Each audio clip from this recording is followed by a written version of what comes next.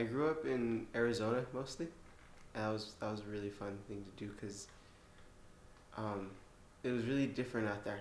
Like all of the teachers, none of them could pronounce my name. It was always Joaquin or Joaquin.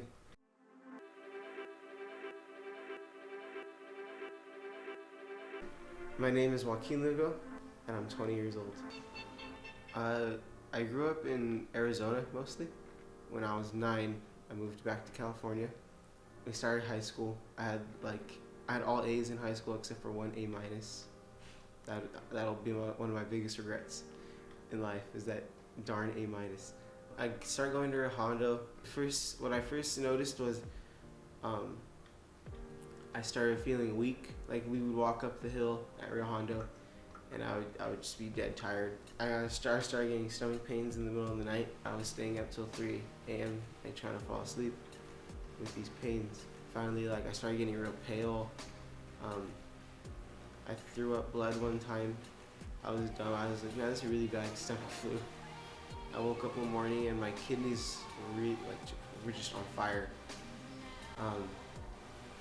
And then I peed blood, and I was like, okay, Dad, let's go to the emergency room. And they take some blood, they take some more blood, and they pull my dad out. And I had never, the only time I've seen my dad cry before was when his mom died. So then the doctor comes to me, he tells me, he's like, your white counts are 10 times the amount there should be. And I was like, what does that mean? He's like, well, it means cancer, we just don't know what kind. Cancer? Everything just got blocked out, and everything went in slow motion. It was really impacting. The first round of chemotherapy was really tough. It was 7 days of continuous chemotherapy, 7 24-hour sessions of chemotherapy. I had to put on a face when I had a visitor. I had to pretend that I wasn't gonna throw up on them.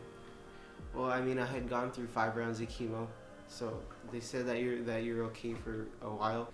So I'm like, cool, no more hospital visit. I found a job. I was about to get a car. It didn't work. I was doing really well. I was the #1 bus boy. I mean, no one could clean dishes like me. I started going to church. I started learning about the Word of God. I don't know, church was a really big part of my life. I went to a summer camp. I went to enjoy being home and knowing that I wouldn't have to go back to a hospital. It was 2 weeks from finals. We were about to finish up. I mean, I was about to turn in my last essay for one of my classes. And then on that day, I didn't feel really well. I mean, the day before that, I had taken my first sick day from work. My mom came to my house, and she asked if I was feeling okay, and I said no, and she was like, can we please go to the doctor? I was like, I have class to do. I have to do stuff. And she was like, can we please just go to the doctor? This doctor came in. So what did they tell you in the ER? And I was like, well, they told me that it might be back and that I need some blood. She's like, oh, they told you that it might be back? And she was like, yeah. I was like, and she was like, so they left it up to me to tell you it is? And I was like, what? Yeah. She's like, well, it is. And it's back with a vengeance. And she just started dropping bombshells. I'm like, lady. My only thought is here we go again. I have to put my life on pause yet again. You can't work or hang out or go to church or do daily things when you're going through chemotherapy. You don't have an immune system. You have to stay very isolated from people.